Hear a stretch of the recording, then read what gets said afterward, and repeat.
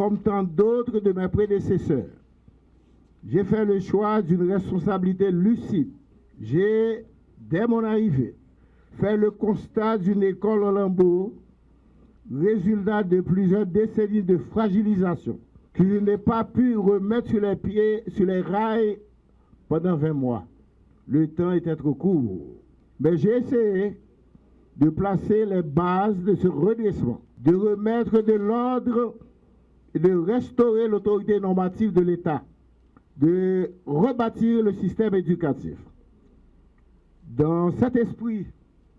dans cet esprit que j'ai organisé tout récemment les assises nationales pour la refondation du système éducatif haïtien. L'école doit être reconstruite, non à la marge, mais dans ses fondements les plus profonds.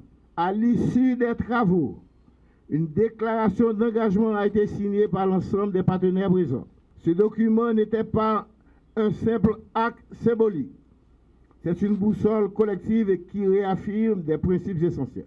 Alors que ma mission à la tête du ministère de l'Éducation nationale et de la formation professionnelle prend fin aujourd'hui, je m'empresse de remercier sincèrement tous ceux et toutes celles qui m'ont accompagné et soutenu, même ceux-là qui ont fait des tapages au ministère, qui ont voulu de temps en temps bloquer, créer des conflits à tout moment. C'était une belle aventure civique et hautement patriotique, oui, qui a duré 20 mois. Le peu qui a été fait n'aurait pas été possible sans le dévouement inaltérable et le soutien immuable des membres de mon cabinet.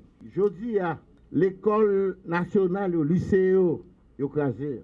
Même petite malheureux qui pi pauvre là pas vle petit dans le lycée. Pas de directeur l'école pour petit dans le lycée, même là il a dirigé le lycée.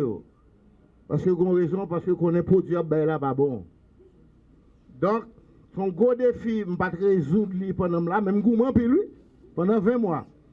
Et c'est un défi qu'on a chaque collègue ministre.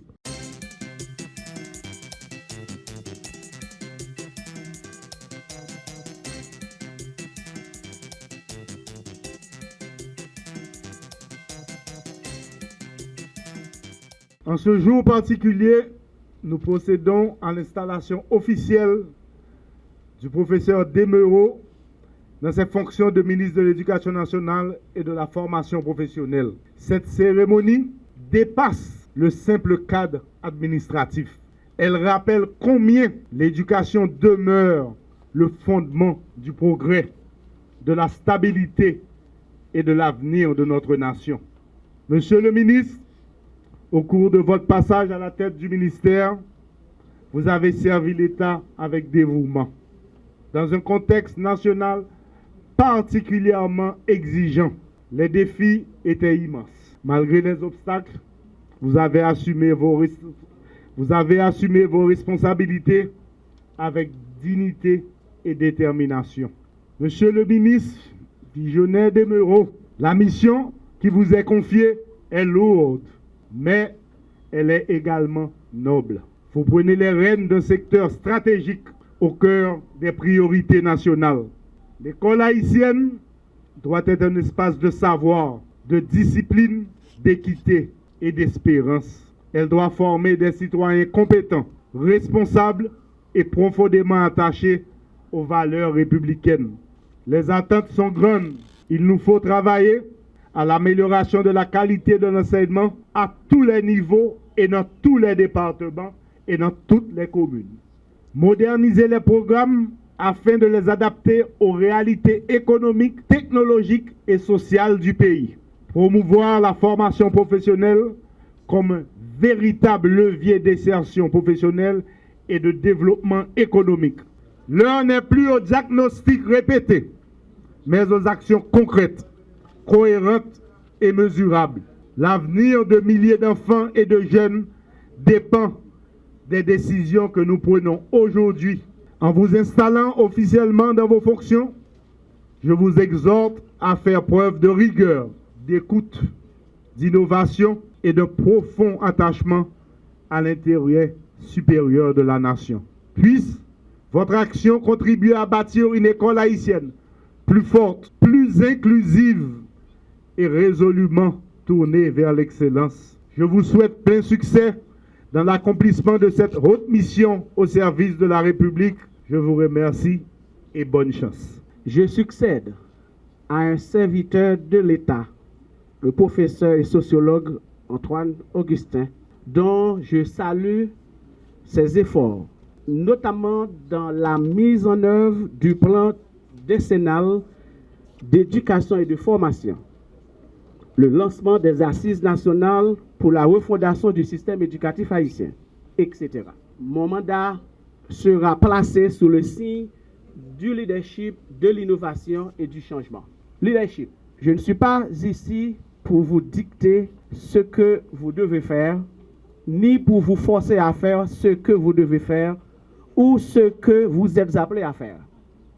Je suis ici pour vous accompagner dans le sens de vous rendre plus capable en vue d'accomplir ce que vous avez et vous êtes appelés à accomplir. Celle de transformer les enfants haïtiens en citoyens et par la suite devenir un homme ou une femme qui sont appelés à prendre en main la destinée du pays. Innovation. Je ne suis pas venu décréter l'innovation au sein du ministère. D'ailleurs, l'innovation ne se décrète pas. Je suis venu plutôt vous accompagner dans le processus d'innovation qui ça moi vient régler dans le ministère. Je ne suis pas venu faire de la politique. Je suis venu pour travailler avec ceux qui veulent travailler et avec ceux qui souhaitent travailler, avec ceux qui peuvent travailler. Mais tout comme je suis là aussi pour aider ceux qui ne sont pas capables à devenir capables. Ma vision est claire. Transformer l'école haïtienne pour qu'elle ne soit plus seulement un lieu de transmission de savoir, mais un moteur de mobilité sociale et économique. Et cette vision se décline en 15 points, ou 15 piliers. Le premier pilier, c'est la gouvernance et l'administration. Le deuxième pilier, c'est l'éthique et excellence, le nouveau contrat moral. Le troisième pilier, c'est l'inspection scolaire et la qualité, le contrôle de l'excellence. Le quatrième pilier, c'est la politique linguistique et le plurilinguisme. Cinquième pilier, c'est l'orientation, la formation professionnelle et l'innovation digitale. Sixième pilier, c'est la coopération internationale et le partenariat universitaire.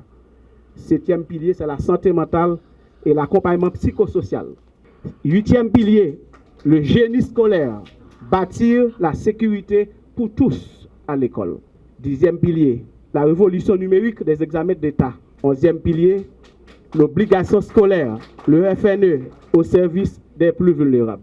On ne monte pas à l'étranger, la l'université Harvard et puis la demande FNE pour payer pour lui.